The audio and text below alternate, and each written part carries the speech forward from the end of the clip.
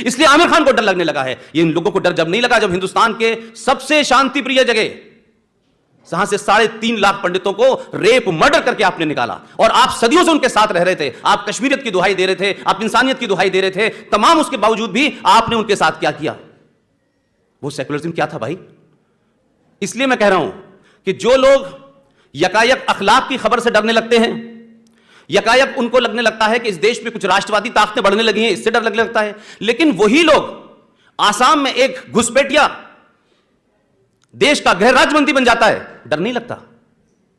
बिहार में एक mafia don Shahabuddin एक 17 साल के जवान लड़के को एसिड के टैंक में डालता है और मार देता है, डर नहीं लगता इस देश को। जम्मू कश्मीर से 3.5 लाख लोगों को निकालने पर डर नहीं लगता है। दिल्ली में 1.5 लाख सरदारों का कत्ल होने पर किसी को डर नहीं लगता है। केरला के अंदर कोयम्बटूर बम धमाकों का मास्टरमाइंड मदनी, उसके लिए मुस्लिम लीग, कांग्रेस और लेफ्ट मिलकर ज्वाइंट सेशन बुलाते हैं असेंबली का कि इसको माफ कर दिया जाए, तब डर नहीं लगता है। डर मुझे लगता है शायद इसलिए लोगों को लग रहा है कि पिछले 10 साल में नैरेटिव बदला है और इस देश में राष्ट्रवादी शक्तियां मजबूत हो रही हैं। शायद डर की वजह यह है, डर की वजह यह है कि अगर यह शक्तियां मजबूत हो गई तो सवाल पूछेंगी कि बताओ मोहम्मद साहब के दामाद, उनकी पहली पत्नी की बेटी फातिमा के शौहर का कत्ल क्यों करने वाले कौन लोग हैं, उनके नवासे को मारने वाले कौन लोग हैं? ये नहीं बताएंगे। ये सवाल आप पूछेंगे तो लोग कहेंगे आप एंटी इस्लामिक हैं, एंटी मुस्लिम हैं। आप बताएं ना, कश्मीर में आपने पाकिस्तान में क्या किया? पाकिस्तान में शियाओं का कत्ल वाजिबुल कत्ल है।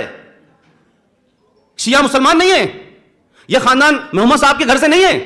क्योंकि अब लोग ये बताने लगे हैं कि जब मोहम्मद साहब को जिस राजा ने बताया, उस राजा का नाम था राजा ताहिर, अब ये बातें आने लगी जो छुपी हुई थी, तो लोगों को लगने लगा कि हमने भी जो किया है वो भी लोगों को पता चलेगा। अब जंग बद्र में क्या किया था आपने, क्या किस किस तरीके से मारा, पहला खलीफा कैसे मरा, दूसरा कैसे मरा, तीसरा कैसे मरा? वो धर्म कहता है कि we are religion of peace. तो भाई एक पीस हमने 47 में देखी थी, तो आपने 2 टुकड़ों में पीस करके रख दी हमारी। लेकिन जम्मू कश्मीर में ललित भाई, आप हौसले देखिए इस देश के अंदर, यह समाज की चुप्पी के कारण हो रहा है। आप बोल नहीं रहे हैं, जो लोग बोल रहे हैं उसको कॉर्नर करने की लोग कोशिश कर रहे हैं कि एक शहर मुफ्ती, कश्मीर का शहर मुफ्ती टेलीविजन पे आके बोलता है, कहीं छुपता नहीं है, कोई शर्म नहीं होती, कोई हेजिटेशन नहीं होता। यहां लोगों को अपना सेकुलरिज्म साबित करने के लिए एक कंप्यूटर और कुरान और क्या क्या बताते रहते हैं सुबह से लेकर शाम तक। उसने कहा टेलीविजन पे बैठ के और नेशनल चैनल पे उसने कहा कि जम्मू कश्मीर में हमें शरिया चाहिए। उसने कहा कि मात्र 7 करोड़ मुसलमान थे हिंदुस्तान में, तब हमने पाकिस्तान ले लिया था, अब हम 20 करोड़ हैं, हमें दोबारा अपना एक मुल्क चाहिए। लेकिन इस देश में प्रतिक्रिया नहीं होती भाई। हम समझते हैं कि कश्मीरी पंडितों का एजेंडा है कि इनको वापस भेजना है और ये वहां जाके मकान में रह लेंगे। कश्मीर का एजेंडा देश का एजेंडा होना चाहिए था, इस देश ने उसको वंचित कर दिया। ये देश जिम्मेदार है, हिंदुस्तान जिम्मेदार है कश्मीर के लिए। मैं नहीं मानता कि आज भी आप चले जाइए केरला के अंदर, आप चले जाइए तमिलनाडु के अंदर, लोगों को लगता है कश्मीर कोई घूमने की पिकनिक की जगह है। लोगों को नहीं पता चल रहा। ये पूरे हरियाणा के एक-एक गांव में चले जाइए आप, पिछले 1 साल से यही काम कर रहा हूं, कोई गांव ऐसा नहीं है हरियाणा का जिसके गांव का बेटा कश्मीर में शहीद ना हुआ हो। हमने कश्मीर के बारे में देश को बताया ही नहीं है। हमने सोच लिया सिर्फ यहां दिल्ली का काम है, कुछ नॉर्थ इंडिया के लोगों का काम है, और इलेक्शन में वोट लेने का एक बड़ा बड़ा एजेंडा है कि कश्मीर के हम ये कर देंगे तो आपको वोट मिल जाएंगे। लेकिन कश्मीर अगर नहीं बचा तो ये देश नहीं बचेगा। ये बात मैं बार बार कह रहा हूं, इस बात को समझिए। 35A कोई धारावारा नहीं है। 35A जम्मू कश्मीर में आतंक और आतंकवाद और जितने भी ये आतंक बता रहे हैं, चाहे वो लैंड हो चाहे एग्जीक्यूटिव हो, ये उसका एक कारण है। अगर 35A हटेगा तो मैं मानता हूं कि देश के अंदर जो फौजें बढ़ रही हैं, जो दिल्ली की तरफ लोगों के कदम बढ़ रहे हैं, PFI का नाम आपने सुना है, दिल्ली में लोगों को पता नहीं होगा, PFI की ब्रांच दिल्ली में खुली है जामिया नगर के पास। ये पता नहीं है हमें, हमारी एजेंसीज को पता होगा, एजेंसीज किसको बताती हैं उससे हमको मतलब नहीं है। लेकिन जिस दिन दिल्ली के अंदर किसी प्रोफेसर के हाथ काट दिए जाएंगे तब हम कहेंगे PFI दिल्ली में आ गई है। हम जब तक घटना घटती नहीं है हम पूछते नहीं है। यह हमारी समस्या है। इस देश में गांधी जी का कत्ल कैसे हुआ इसके बारे में डिबेट में सुप्रीम कोर्ट मजे ले रही है।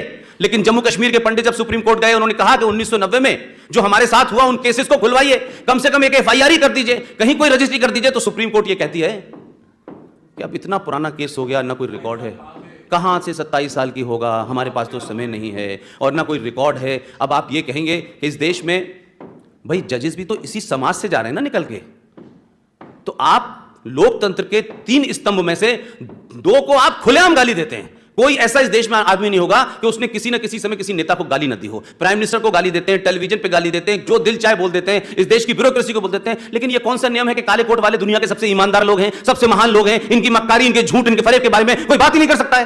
क्योंकि कंटेम्प्ट ऑफ कोर्ट का डर किसको दिखाते हैं भाई? हमने बड़ा कंटेम्प्ट ऑफ कोर्ट देखा इस दिल्ली के अंदर, कैसे कंटेम्प्ट ऑफ कोर्ट हुए। हमको मालूम है कि जो भी मिश्रा जी जा रहे थे, सुप्रीम कोर्ट के अंदर सुनवाई हो रही थी, उस लेडी वकील ने गाली ही नहीं बकी उनको, क्या क्या नहीं कहा उन मिश्रा जी से, चीफ जस्टिस ऑफ इंडिया से। किस पे कंटेम्प्ट ऑफ कोर्ट हो रहा है? कहां कंटेम्प्ट ऑफ कोर्ट हो रहा है भाई? अफजल हम शर्मिंदा है, तेरे कातिल जिंदा है। याकूब मेनन के बारे में बोला गया, भाई तो ये तो जजेस ने कत्ल किया था, तो वो जजेस भी बैठे हुए थे, तब भी उनको शर्म नहीं आ रही थी। तो क्या ठेका इस देश में सेकुलरिज्म का, क्या ठेका इस देश में हाई मॉरलिटी का सिर्फ हिंदुओं ने ले रखा है? कि हमारी ठेका ये कि हम केरला में पटेंगे तो हाई मॉरल ग्रांड लेंगे, कश्मीर में रहेंगे तो बोलेंगे नहीं। आसाम के अंदर 14 डिस्ट्रिक्ट आपके जा चुके हैं आपके हाथ से, आप सुनना नहीं चाहते।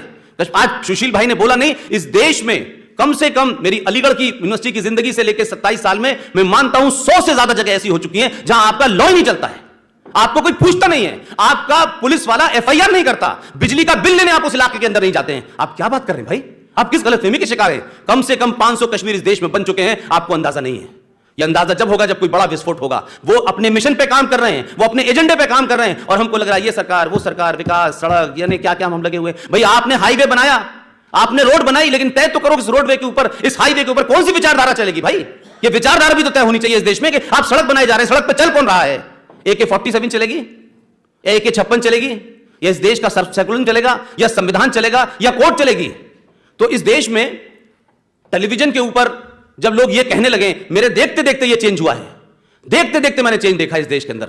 मेरी 65 की पैदाइश है और मैं उस वक्त का पैदाइश हूं जब ये भारत का संविधान कम्युनल था, 100% कम्युनल था। उसको सेकुलर करने के लिए रात में आपने 1976 के अंदर सेकुलरिज्म डाला, क्योंकि सेकुलरिज्म अगर नहीं लिखा जाता तो उससे पहले तो देश कम्युनल था और संविधान भी कम्युनल था। तो मैं मानता हूं कि मैं कम्युनलिज्म की पैदाइश हूं और मुझे कोई इसमें शक शुबा नहीं है, मैं झूठ नहीं बोलता, मैं कम्युनल हूं, मुझे कम्युनल होने में फक्र है, मैं झूठ नहीं बोलना चाहता।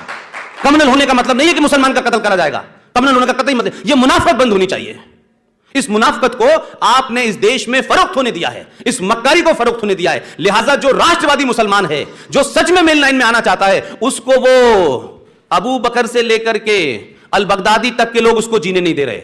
वो जैसी राष्ट्रवादी होगा तो उसको या तो RSS का दलाल कहा जाएगा या आर्मी का दलाल कहा जाएगा। आप उसे आइसोलेट कर देते हैं सोसाइटी के अंदर।